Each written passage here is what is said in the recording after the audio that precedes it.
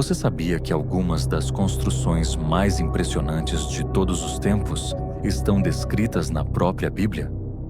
Não estamos falando apenas de fé, mas de engenharia, ousadia e mistérios que atravessaram gerações.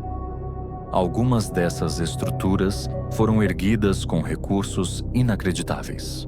Outras ruíram de forma que a ciência ainda tenta explicar.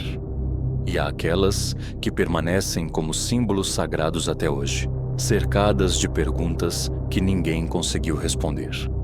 Mas todas têm algo em comum. Elas não eram apenas construções. Eram manifestações físicas de algo muito maior: fé, julgamento, esperança, intervenção divina. E a última da lista pode mudar sua forma de enxergar a história. Então respire fundo e venha comigo. Vamos começar do princípio. A Arca de Noé. Tente imaginar a seguinte cena: um homem comum vivendo numa época primitiva, sem ferramentas modernas, sem guindastes, sem serras elétricas. E mesmo assim, ele é encarregado de construir algo gigantesco, uma embarcação de dimensões colossais, algo capaz de resistir à fúria de um cataclisma global. Essa é a história de Noé. Segundo o relato bíblico, ele foi escolhido por Deus para construir a arca e preservar a vida em meio ao caos. Um abrigo flutuante para sua família e para representantes de cada espécie animal. A arca, segundo as descrições, media mais de 130 metros de comprimento. Para comparação, é quase o tamanho de um navio cargueiro moderno. Tudo feito com madeira de gofer, selada com betume.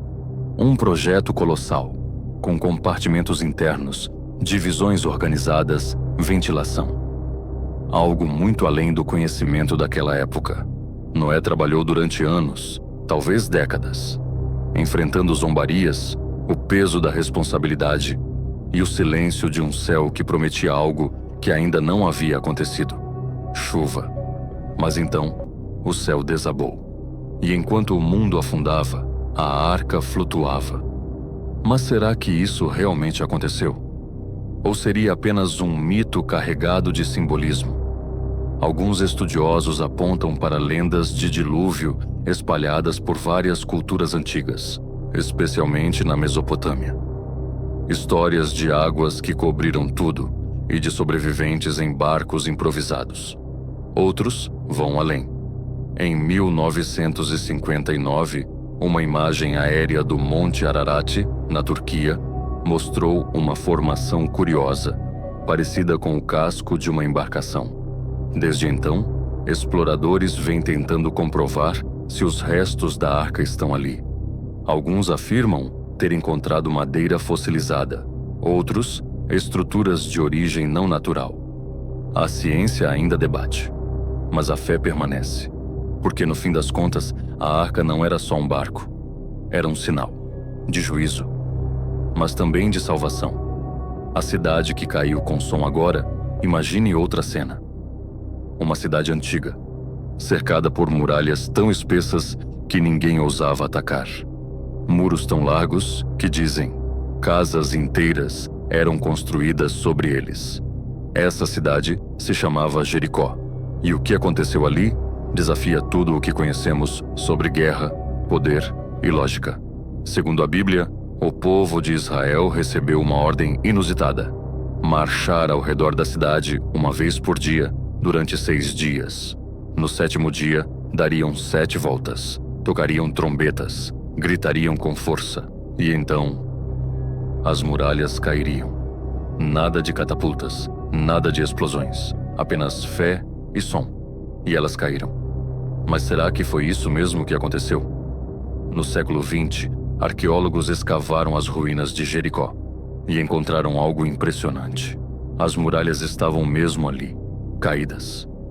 Mas não como se tivessem sido empurradas de fora para dentro, e sim, de dentro para fora. Uma teoria propõe que um terremoto possa ter ocorrido exatamente naquele momento. E Jericó está, de fato, sobre uma falha geológica. Mas aí surge a grande pergunta: Como aquele povo, recém-saído do deserto, saberia exatamente quando um tremor ocorreria.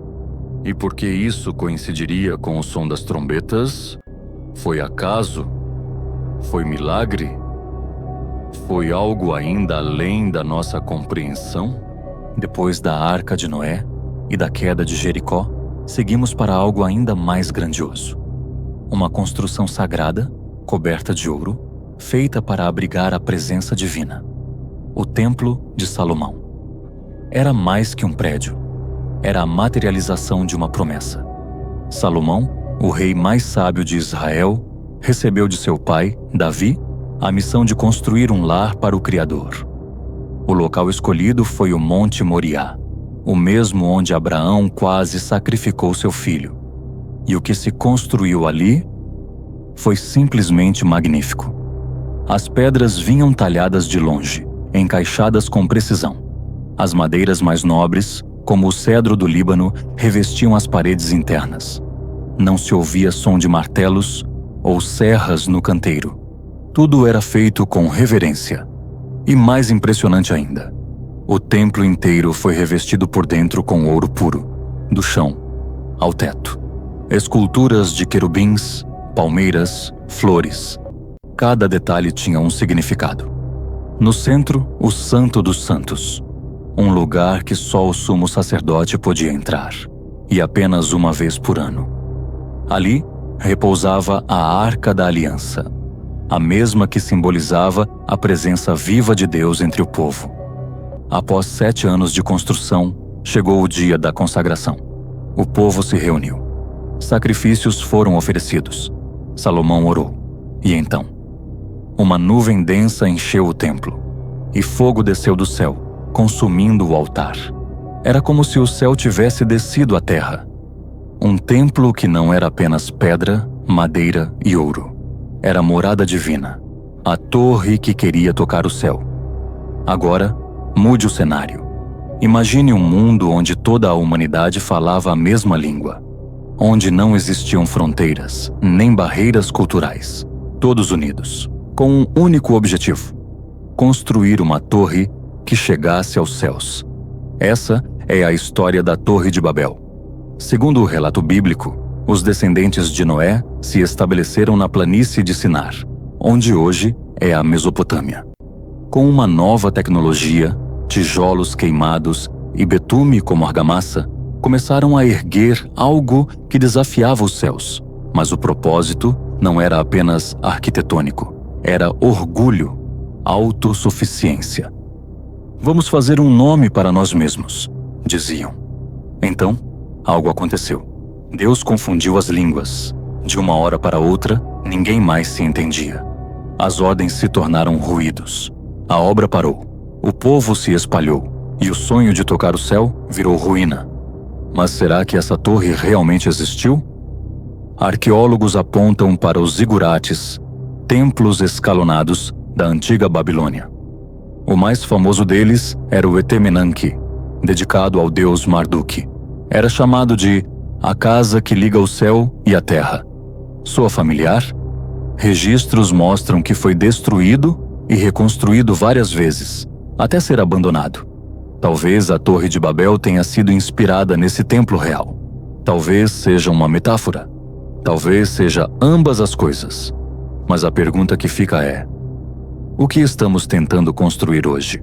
Algo para nossa própria glória? Ou para um propósito maior? Agora imagine viver numa época em que tudo foi destruído.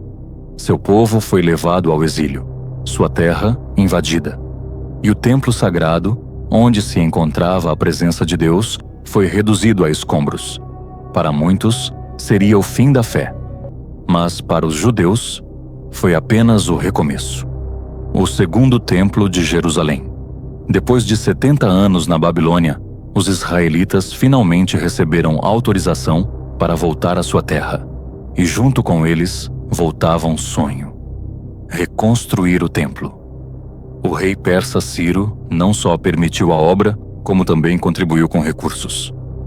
Mas ao começarem, perceberam uma realidade amarga. O novo templo era menor, mais simples. Sem o ouro, sem a arca, sem a glória do templo de Salomão. Os anciãos choraram. Aos olhos deles, aquilo era só uma sombra do passado. Mas então veio uma profecia. A glória desta última casa será maior do que a da primeira. Parecia improvável. Até que séculos depois, Herodes, o Grande, decidiu expandi-lo. E fez algo extraordinário. Ele duplicou a esplanada, ergueu colunas gigantescas, cobriu partes do templo com mármore branco e ouro. À luz do sol, o templo brilhava como se fosse feito de fogo. Foi nesse lugar que Jesus entrou, onde ensinou, curou e também anunciou sua destruição. E em 70 d.C., durante a revolta judaica, Roma atacou Jerusalém. Após meses de cerco, o templo foi incendiado. Dizem que o ouro escorreu entre as pedras, levando os soldados a desmontarem tudo, pedra por pedra. O que restou? Apenas o Muro das Lamentações. Mas o templo nunca foi apenas um prédio. Jesus disse: "Destruam este templo, e eu o reconstruirei em 3 dias." Ele falava de si mesmo. E agora, o templo de Deus é você. A sua vida se tornou o lugar onde Ele deseja habitar. Mas será que ela está pronta? Se você deseja ser um templo vivo, comente agora: "Senhor, habite em mim." E se essa jornada te despertou ainda mais curiosidade, te convido a continuar explorando nosso conteúdo semanal. Afinal, o mundo esconde, nós revelamos. Deixe seus comentários.